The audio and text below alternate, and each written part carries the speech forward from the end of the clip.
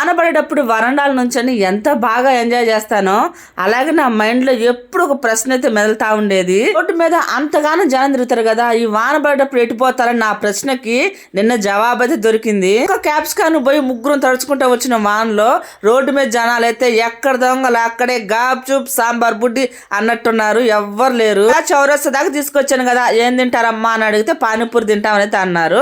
పానీపూరి కాదండి, పాపడాన్ని తిన్నాం ముగ్గురం.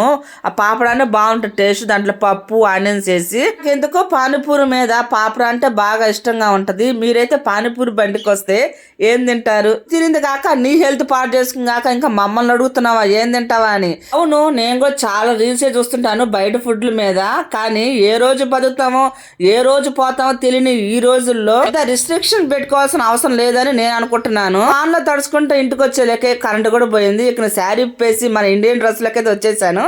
ఇంకా ఉంటా, బై.